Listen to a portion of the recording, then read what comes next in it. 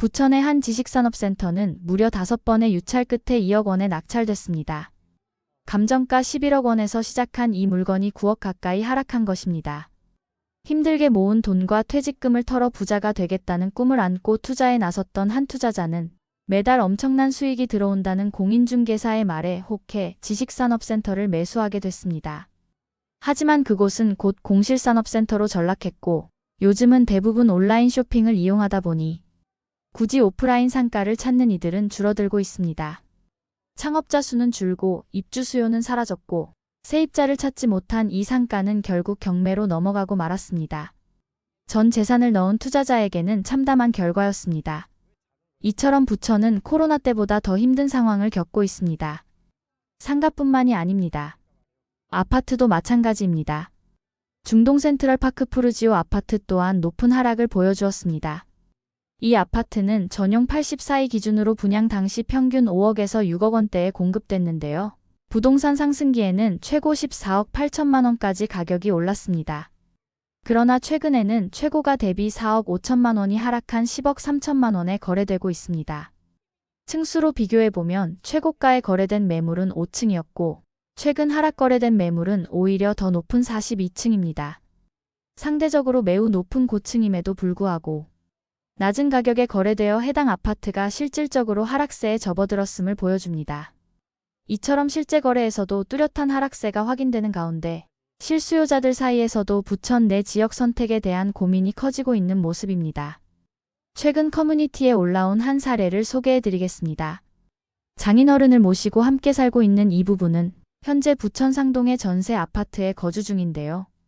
최근 집주인 측에서 전세금을 지나치게 많이 인상해달라는 요구를 하면서 부득이하게 이사를 고려하게 되었다고 합니다. 남편분은 상암으로 출퇴근 중이고 새로운 집은 전세든 매매든 가능하되 전세는 최대 3억 5천, 매매는 5억 5천 정도로 생각 중이라고 합니다. 현재는 부천과 인천 등 수도권 서부 지역을 중심으로 적당한 집을 알아보고 계시다고 하는데요. 이 사연에 대한 커뮤니티 반응도 다양했습니다. 부천보다는 인천 계양에 있는 코아루 아파트가 좋아 보입니다.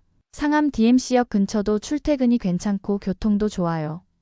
라는 현실적인 조언들이 이어졌습니다. 3기 신도시 청약 관련 문의도 있었습니다. 사연을 남긴 분도 현재 부천에 거주 중인데요. 부천에 오래 살아서 1단계 우선 공급 대상입니다. 부천 대장에 있는 A7, A8 청약을 앞두고 있는데 넣어볼지 말지 고민 중이라는데요. 하지만 고향 창릉대와 달리 부천 대장 3기 신도시에 대한 관심도가 떨어지는 것 같다고 하였습니다. 이 단지 전망 어떻게 생각하냐는 문의글이었습니다. 김포공항 접근성 좋은 거 그거 하나뿐이다. 창릉이나 교산보단 떨어지는 지역 같다. 등의 반응이었습니다. 이처럼 부천시를 둘러싼 매수 고민이 반복되는 이유는 그만큼 이 지역이 여전히 주목받는 입지이기 때문입니다. 한때 수도권 서부에서 안정적인 주거지로 주목받던 부천. 서울과 인접해 있으며 7호선, 1호선, 서해선 등 다양한 교통 인프라를 갖춘 이 도시는 상업시설, 교육 환경까지 잘 갖춰져 실수요는 물론 투자 수요도 꾸준했던 지역이었습니다. 특히 송내, 중동, 상동 일대를 중심으로 한 브랜드 신축 단지들은 한때 10억 원이 넘는 실거래가를 기록하며 고점을 찍기도 했죠. 여기에 부천 역세권 재개발, 대장지구 개발 기대감은 부천 부동산 시장에 강한 활력을 불어넣는 요인으로 작용했습니다. 하지만 지금 부천의 분위기는 사뭇 다릅니다. 서울보다 먼저 하락세에 진입했고 수도권 전체의 조정 흐름 속에서 부천도 빠르게 시세 조정을 겪고 있습니다. 오늘은 부천 부동산 시장에서 특히 하락폭이 컸던 대표 단지들을 살펴보고 왜 이런 조정이 발생했는지 앞으로 어떤 흐름이 이어질지 함께 분석해 보겠습니다. 먼저 중동의 대표 단지 레미안 부천 중동입니다. 2017년 준공된 이 단지는 중동역과의 접근성, 상동 상권, 학군 등 여러 강점을 바탕으로 한때 실거주 수요층에게 높은 인기를 누렸습니다. 전용 84이 기준으로 2021년 최고 거래가는 약 11억 3천만 원. 하지만 2025년 현재 실거래가는 약 8억 5천만 원 선까지 하락했습니다. 무려 3억 원 이상, 약 25%의 하락폭을 기록한 셈입니다. 이 정도면 단순한 조정이 아니라 실수요층의 심리에도 적지 않은 충격을 주는 수치입니다. 두 번째는 옥실동 옥기로반베르디움입니다. 2017년 입주한 1420세대의 대단지 아파트는 서울 접근성과 생활 인프라, 쾌적한 환경을 두루 갖춘 강점을 지녔고 2021년 9월 전용 84일 기준으로 약 11억 원까지 거래되며 고점을 찍었습니다.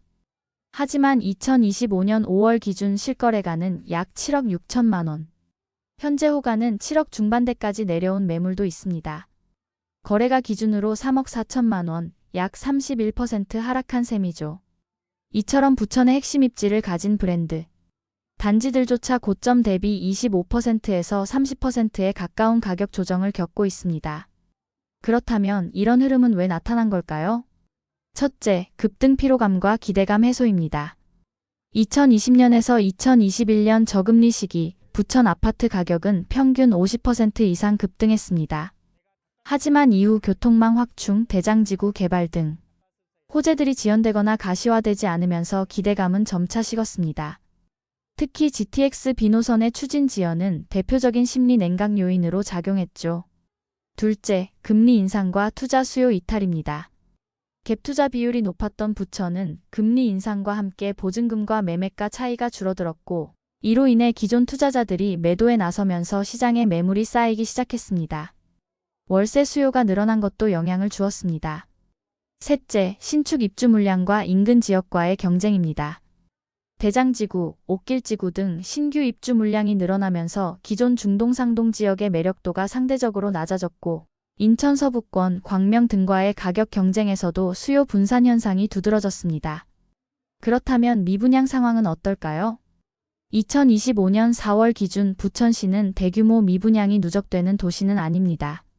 하지만 신축 아파트들의 분양권 거래가 정체되어 있고 일부 단지에서는 마이너스 프리미엄 매물도 등장하며 신축 시장 역시 냉각기에 접어든 흐름을 보이고 있습니다.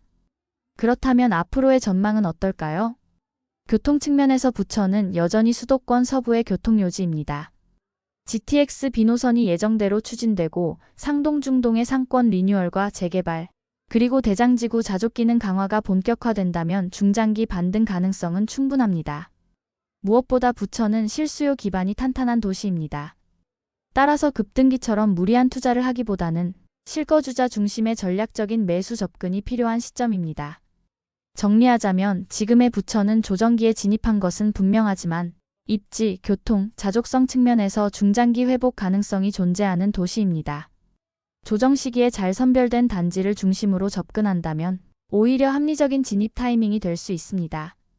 오늘도 끝까지 시청해 주셔서 감사합니다.